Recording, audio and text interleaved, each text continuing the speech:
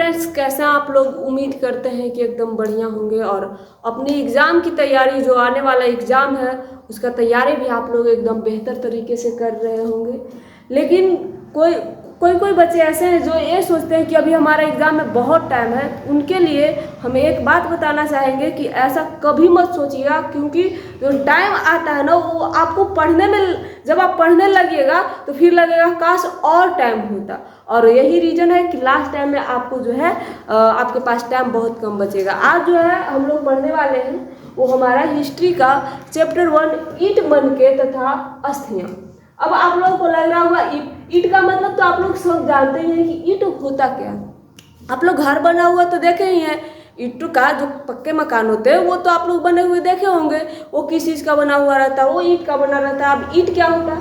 तो ईंट जो है एक आयताकार नुमा एक संरचना होती है जो मिट्टी या सीमेंट का भी बनाया हुआ रहता है। ठीक। अब रहा मनके। मनके क्या है? मनके जो है वो आप लोग मोती के नाम सुने हैं? मोती को जो है मनके हम लोग कहते हैं, यानी कि मोती के माला का डिनोट इसमें किया गया है। तथा अस्थियां, अस्थि का मतलब होता है हड्डी, है ना। यानी कि ये जो चैप्टर है इसमें हम ईंट, मनके और अस्थियां, ये तीनों चीज़ों के बारे में पढ़ेंगे। अब आप लोग को लग रहा होगा कि हड्डी तो बायोलॉजी वाला चैप्टर इसमें कहाँ से चला आया? तो ये वो हड्डी नहीं है।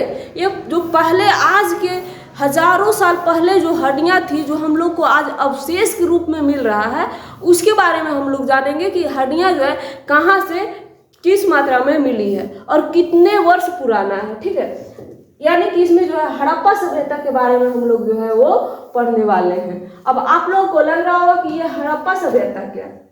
चलिए उसके बारे में हम लोग जो है कुछ फिगर के माध्यम से भी पहले देख लेते हैं, उसके बाद हम लोग थ्योरी के रूप में जानेंगे। अब देखिए, ये जो आप लोग सामने आ रहा है वो है हड़प्पा सभ्यता का स्नानागार। स्नानागार यानी कि बाथरूम। उसमें जो है ऐसा वो फिगर, ऐसा जो है वो फिगर बनाया हुआ। देखिए अब यहाँ पर जो दिख रहा है आप लोगों को लग रहा होगा कि ये क्या है, ऐसे ऐसे। ये आपको उतना बढ़िया फिगर, मतलब कि समझ लीजिए कि ये सीढ़ी है। अब सीढ़ी है तो सीढ़ी नुमा संरचना बनाया हुआ क्यों? क्योंकि ऊपर से जो यहाँ पर कोई व्यक्ति है ना, यहाँ से कोई व्यक्ति अगर आना चाहेगा तो वो सीढ़ी के माध्यम से यहाँ नीचे आएगा। ठीक है, और नीचे में इतना बड़ा बना हुआ है कि इसमें करीब 15 या 20 लोग आराम से एक साथ नहा सकते हैं, है ना, स्नान कर सकते हैं। एग्जाम्पल के तौर पर देखा जाए तो अभी का ककोलत ले लीजिए, है ना। ककोलत गए होंगे, अगर जो नवादा जिला से बिलोंग करते होंगे वो तो प्रतिदिन बाइक निकालते होंगे और सीधा पहुंच जाते होंगे। तो उसी प्रकार से ये स्नानागार भी बना हुआ था। कब? जो हजारों वर्ष पहले एक सभ्यता थी, सिंधु घाटी सभ्यता, उस टाइम की बात। आप लोग इसमें एक चीज और देख रहे होंगे, ये जो ईंट जो है टोटल एकदम पक्का ईंट है ना।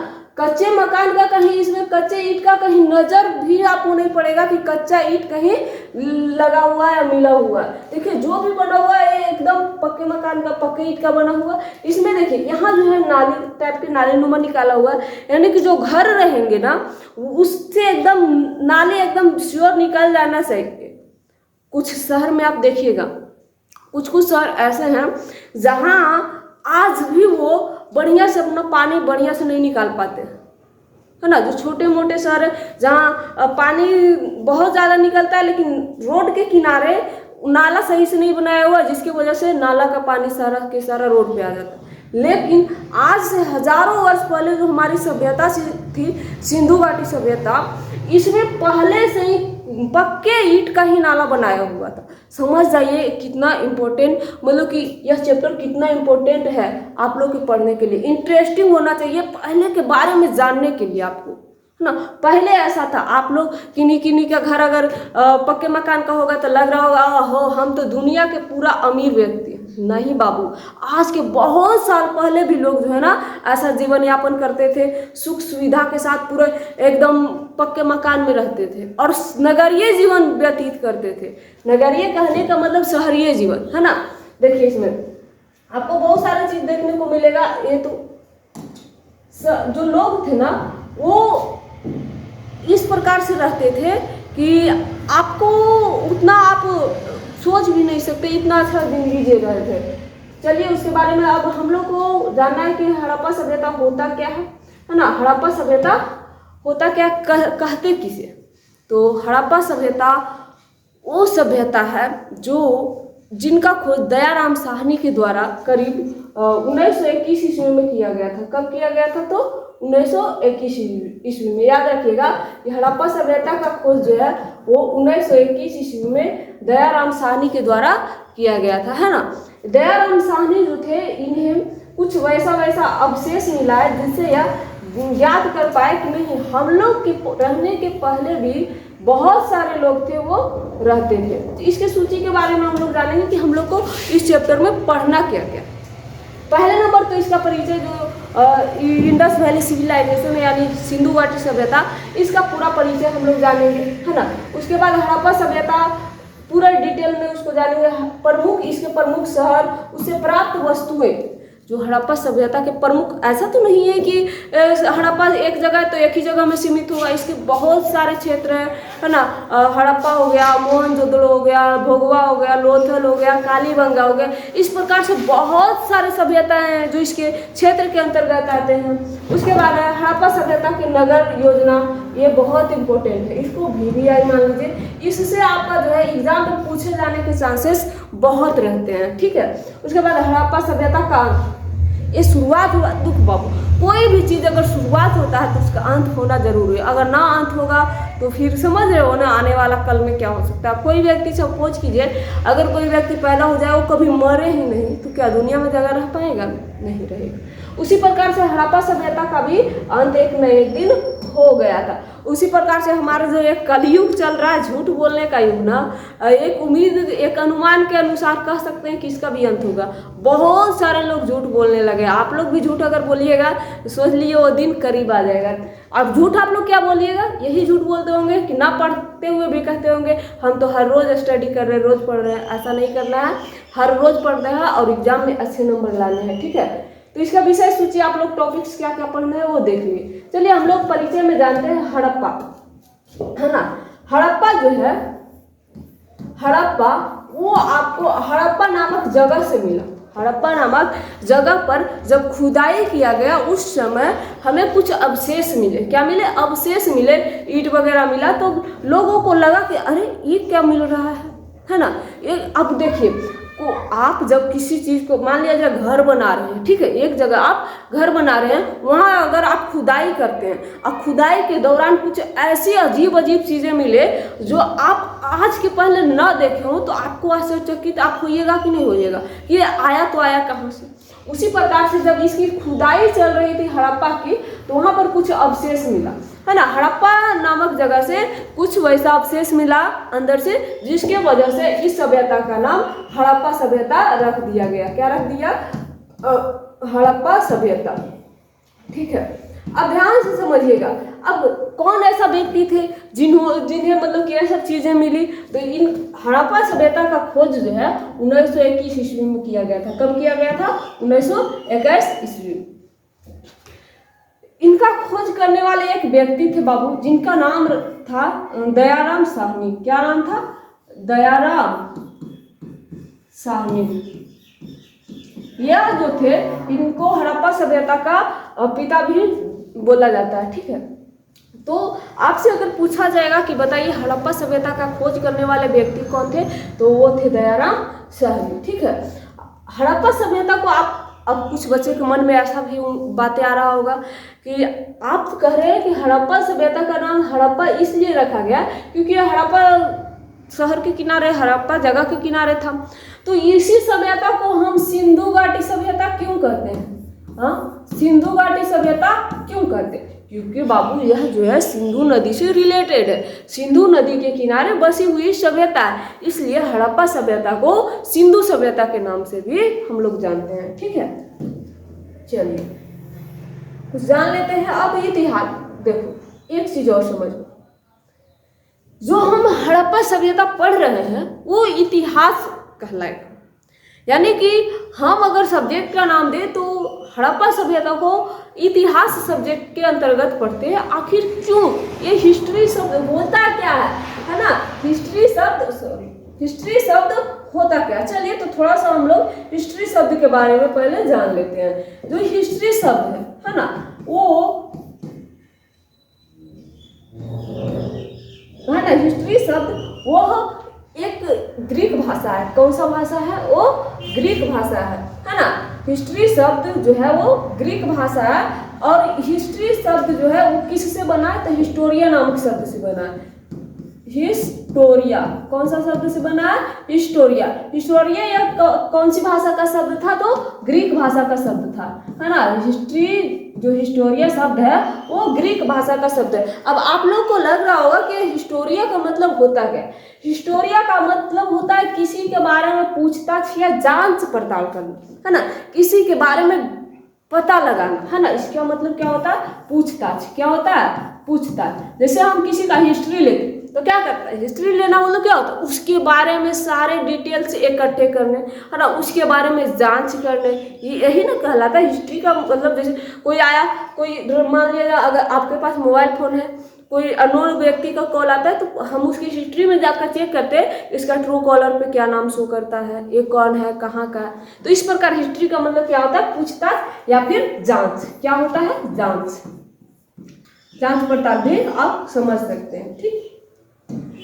तो वही बात को अब रहा इतिहास। इतिहास का पिता कौन है? जो इतिहास का उद्गम हुआ वो हिस्ट्री से हुआ, हिस्टोरिया नामक शब्द से हुआ।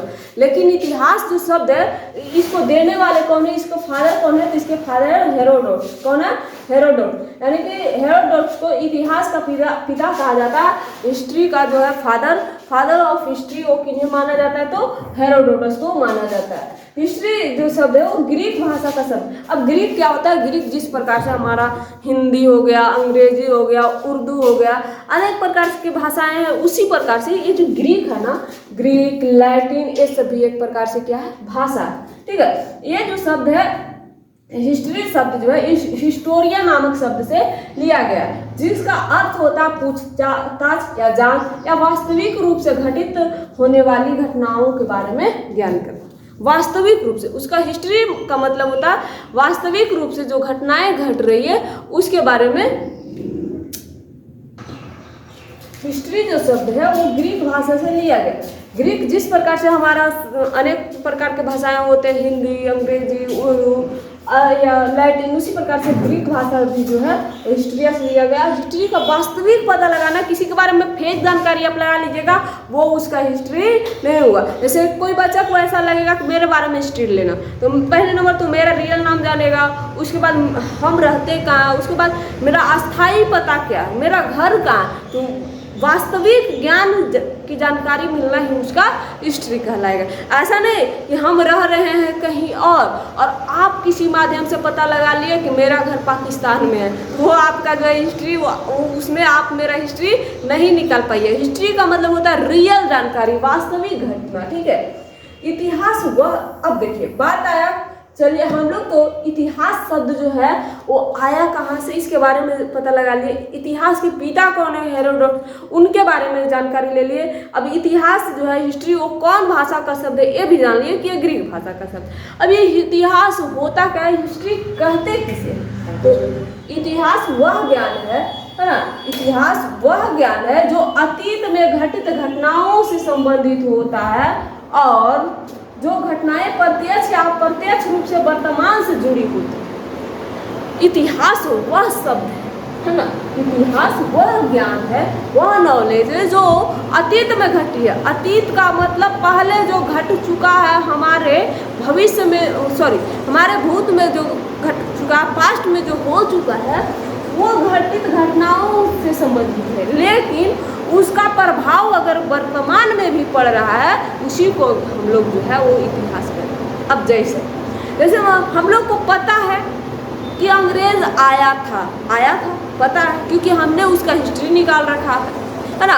हम लोग को पता है कि यहाँ मुगल का शासन था, अकबर थे, हुमायूं थे, बाबर थे, अनेक प्रकार के लोग थे, उसके बारे में पता है। क्यों पता है? क्योंकि हमने उसका हिस्ट्री निकाल रखा है, रियल जानकारी निकाल रखा है। उससे भी और अंदर जाइएगा तो हम लोग को पता है कि आग का खोज किया गया है, आग पहले नहीं था, तो उसके बारे में जानकारी निकाले तब पता चला। अच्छा सपोज कीजिए अब रहा कि हम लोग इतिहास अतीत के बारे में तो जान लेते हैं, लेकिन वर्तमान में उसका क्या कनेक्शन? वर्तमान में है कनेक्शन। जैसे मान लिया जाए हमारा देश गुलाम था, ठीक है, हमारा भारत देश वो गुलाम था। यदि जो ये गुलाम ना होता तो क्या जैसा आज स्थिति हमारे भारत का वैसा ही स्थिति होता? नहीं। आज भी हमारा देश अगर गुलाम ना होता तो इन्हें सोने की चिड़िया कहा जाता। हमारा भारत देश, आप लोग को भी पता है कि भारत देश को जो है, भारत को सोने की चिड़िया कहा जाता था, सोने की।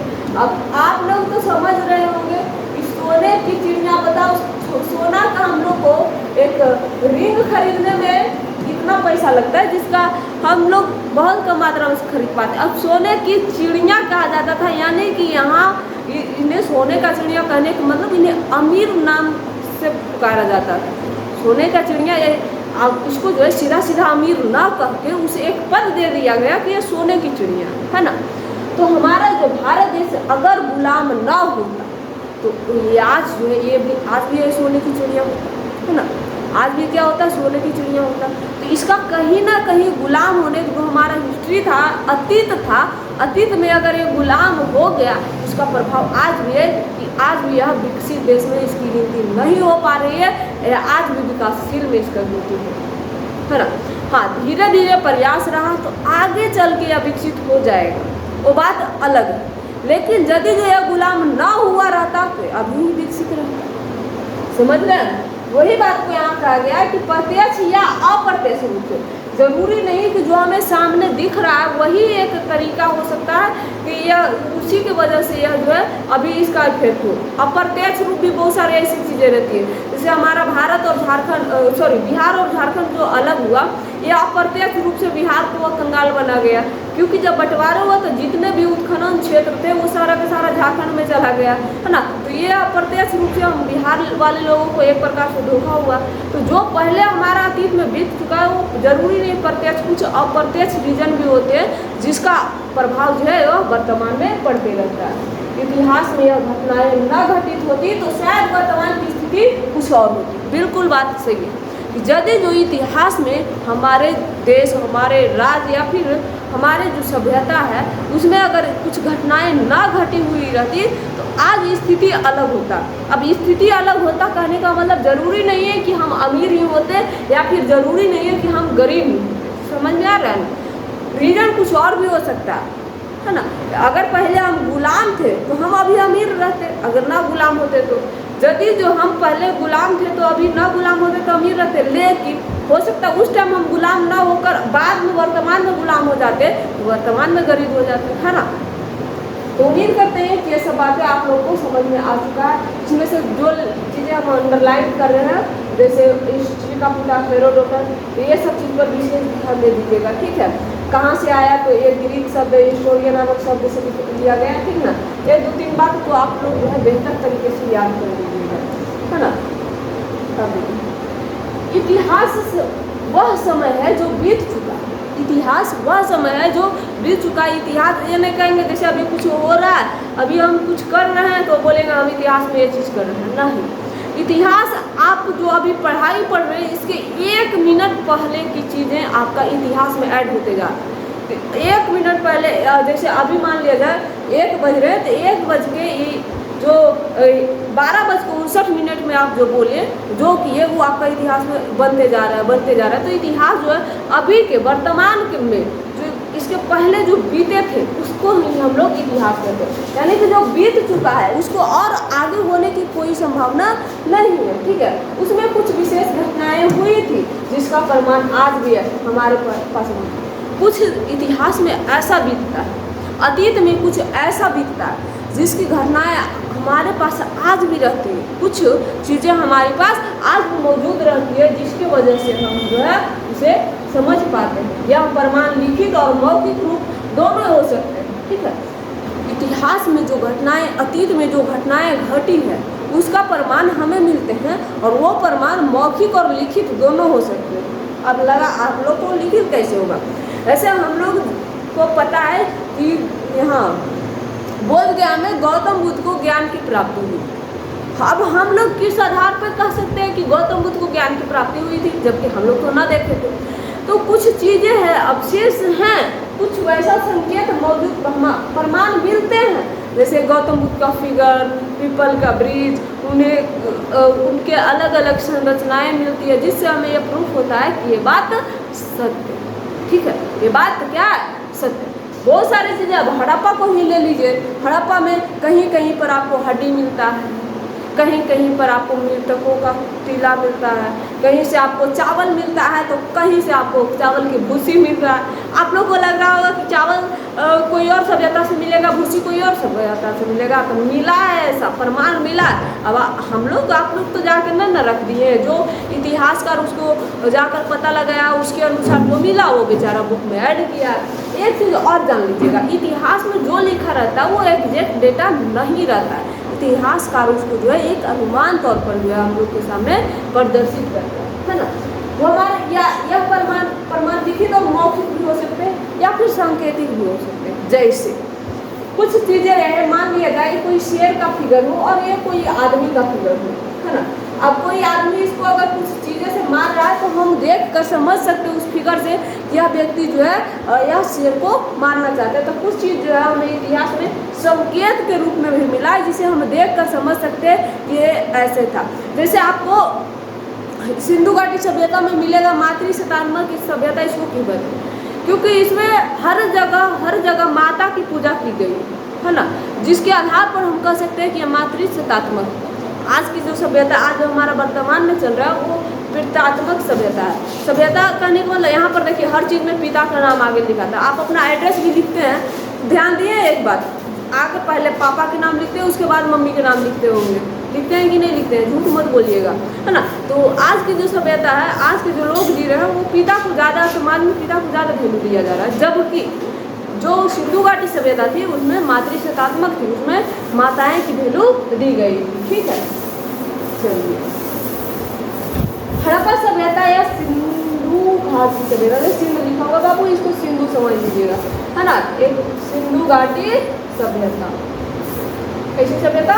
सिंधु घाटी सभ्यता, ठीक है। चलिए हड़प्पा सभ्यता, सिंधु घाटी सभ्यता एक ऐसी सभ्यता है जो हजारों वर्ष पहले थी।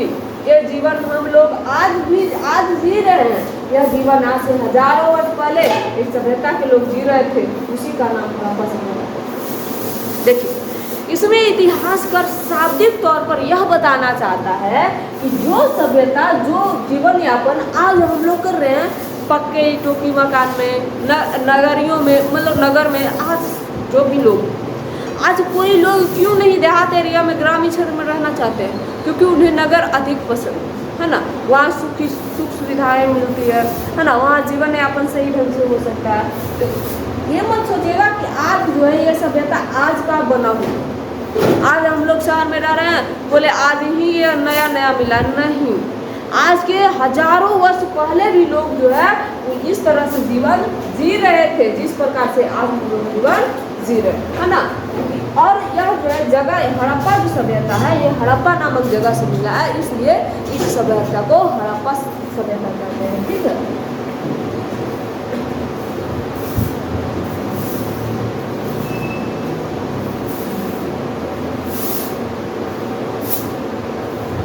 भारत की सबसे पुरानी सभ्यता हड़प्पा सभ्यता है ना। भारत की जो सबसे पुरानी सभ्यता है वो कौन सी सभ्यता है? हड़प्पा। सबसे पुराना माना जाए तो हड़प्पा है। बात अलग है कि सबसे इम्पोर्टेंट में मोहनजोदड़ो आता है, लेकिन सबसे अगर पुराना के नज़रिए से देखा जाए तो वो हड़प्पा सभ्यता है, ठीक है। इस सभ्यता की खोज सबसे पहले दयाराम साहनी के द्वारा किया गया, जो कि आप लोग को हम पहले ही बता चुके हैं, ठीक है। हड़प्पा नामक जगह पर कहाँ किया गया था? तो हड़प्पा सभ्यता का खोज हड़प्पा नामक जगह पर किया गया था, जो अभी वर्तमान में अगर देखा जाए तो ये पाकिस्तान में पड़ता है ना। वर्तमान में कहाँ पड़ता है? पाकिस्तान में पड़ता है ना। इसलिए इस सभ्यता का खोज करके दयाराम साहनी को दिया गया, क्योंकि सबसे पहले यही इस सभ्यता को पता लगाया था। यह सभ्यता सिंधु घाटी सभ्यता के किनारे बसा हुआ है, इसलिए इस सभ्यता को सिंधु घाटी सभ्यता भी कहते हैं। जो हड़प्पा सभ्यता है वो सिंधु नदी के किनारे, सिंधु घाटी सभ्यता इसलिए इसे कहा जाता है क्योंकि यह सिंधु नदी के किनारे बसा हुआ है। अब आप लोग को लग रहा हो कि सिंधु नदी क्या है? सिंधु नदी अभी फिलहाल में वर्तमान में देखा जाए तो यह बहुत ही चर्चित नदी है ना। बहुत ही क्या है? चर्चित नदी। कैसे चर्चित नदी है? क्योंकि अभी जो फिलहाल में हुआ था यहाँ पहलगाम में हमला, उसके बारे में तो आप लोग को पता ही होगा कि बहुत सारे करीब लगभग 28 जो थे पर्यटक, उन्हें एक निर्दोष होते भर में भी जानबूझ के पाकिस्तान वालों ने गोली से उन्हें जान मार दी थी। बहुत सारे लोग घायल भी हो गए थे, जिसके बाद हमारे मोदी सरकार का फैसला हुआ था कि अब सिंधु नदी का जो जल है वो रोक दिया जाएगा। अब देखिए यहाँ पर यह जो है ये एरिया दिख रहा है आपको, 1 मिनट इधर देखिएगा, यह एरिया इधर आपको नजर आ रहा होगा, यह एरिया जो है वो किसका है, पाकिस्तान का है। यह एरिया आप देखिएगा गौर से तो आपको एकदम रियल डॉग की तरह दिखेगा, है ना। यह पाकिस्तान का एरिया, और पाकिस्तान में ही यह नदी है वो सिंधु नदी, वो भारत से होते हुए राजस्थान, पंजाब, गुजरात, पंजाब के रास्ते से यह पाकिस्तान में जाती है। या सिंधु नदी जो है वो ऐसी नदी है जो भारत में भी बहती है और पाकिस्तान में भी भारत के रास्ते से ही यह जाती है। तो यह सिंधु नदी जो है, सिंधु नदी के किनारे ही हड़प्पा सभ्यता बसा हुआ है। यह जो है सिंधु नदी के किनारे ही यह सभ्यता जो है वह बसा हुआ, जिसकी वजह से इस सभ्यता को हड़प्पा सभ्यता के नाम से भी जानते हैं। ठीक, चलिए उसके बाद ये देखो सिंधु नदी आपको सामने दिख रहा है, सामने जो है यह पहाड़ जो है वो पाकिस्तान के एरिया में आता है, और यह भारत से होते हुए पाकिस्तान की ओर जाते हैं। यही जो है पहले तो भारत और पाकिस्तान बटा हुआ नहीं था, इसलिए दोनों सभ्यता को भारत की ही सभ्यता माना जाता था। यह तो करीब हम लोग जब देश आज़ाद हुआ 1947 में, तब भारत और पाकिस्तान दो अलग देश बन गए, तो जिसके वजह से कुछ सभ्यताएं थी वो कहाँ चल गई, पाकिस्तान में, और कुछ जो है वो भारत में रह गई, जैसे हड़प्पा हो गया, मोहनजोदड़ो है, ऐसे पाकिस्तान में, जबकि राखी गढ़ी, लोथल, ये सब कहाँ यहाँ भारत में। लोथल जो है, लोथल प्रसिद्ध इसलिए माना जाता है क्योंकि वहाँ प्रमुख बंदरगाह पाए गए हैं, है ना। देखिए यहाँ पाकिस्तान का मैप आपको प्योर दिख रहा होगा, ये जो है इंडस नदी है ना, सिंधु नदी है, और यही सिंधु नदी, यही सभ्यता, यही नदी के किनारे हमारा जो है वो सभ्यता बसा हुआ है। ठीक है, कौन सा सभ्यता, तो हड़प्पा सभ्यता। भारत की सबसे पुरानी सभ्यता हड़प्पा है। इस सभ्यता का खोज दयाराम साहनी द्वारा किया गया था, एक तो आप लोग जान चुके हैं। ठीक, ये सभ्यता को सिंधु घाटी सभ्यता इसलिए कहा गया क्योंकि यह सिंधु नदी के किनारे बसा हुआ था। कौन सा नदी के बगल में, तो सिंधु नदी के बगल में, है ना। चलिए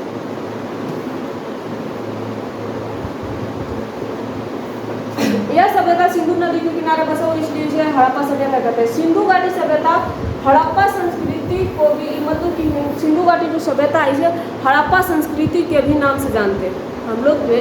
अब कोई एक व्यक्ति रहता है, उसका कुछ आपके नज़रिए में, आपके अगल बगल या आप खुद ऐसे होंगे जिनका एक नहीं बल्कि 2-3 नाम होगा। बहुत सारे लोग ऐसे रहते हैं, तो उसी प्रकार से जो है हड़प्पा सभ्यता, इसको 2-3 नाम है। जैसे एक तो सिंधु घाटी सभ्यता हो गया, दूसरा सिंधु संस्कृति या हड़प्पा संस्कृति के नाम से भी हम उसको जानते हैं। ठीक है, इस सभ्यता को शहरीय सभ्यता या नगरीय सभ्यता कहते हैं। शहरी, जब इसी आप लोग ध्यान दीजिए ना, जब इसी यहाँ ईंट जो है पक्का ईंट का मकान बना हुआ है, जहाँ पर देखो, जहाँ पर पक्का ईंट का मकान बना हुआ है और नाली का व्यवस्था एकदम मस्त है, सड़क बढ़िया है वहाँ, तो सभ्यता कैसी होगी, नगरीय होगी। अब गांव में आप खोजिएगा तो नाली, मतलब नाल के बराबर बहुत कम मात्रा में आपको देखने को मिलेगा, क्योंकि नाली जो होता है गांव में, घर तो किसी तरह से बना भी लिया। अभी भी जाइएगा गांव में, जो गांव से बिलोंग करते होंगे उन्हें पता होगा, क्योंकि गांव में आज भी जो है बहुत सारे ऐसे घर हैं जो कच्चे मकान हुआ है ना, बहुत सारे घर, बहुत सारे कच्चे मकान के बने हुए रहते हैं। कुछ ही जो है वो ईंट का बना हुआ रहता है, तो जो ईंट का बना हुआ वो क्या है, शहरीय सभ्यता है। तो उसी प्रकार से जो हड़प्पा है वो शहर या नगर दोनों एक बात होती है। यह सभ्यता 2600 से 1900 ईसा पूर्व तक चली थी। अब आप लोग को एक बात और यहाँ पे लग रहा होगा कि 2600 से 1900 का क्या मतलब होता है ना।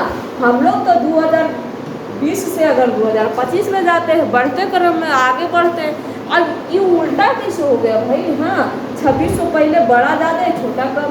तो अब यहाँ पर एक शब्द है ईसा पूर्व। ईसा पूर्व जो है ईसा मसीह के नाम से आप लोग जानते हो। ईसा मसीह जो यीशु जो इसका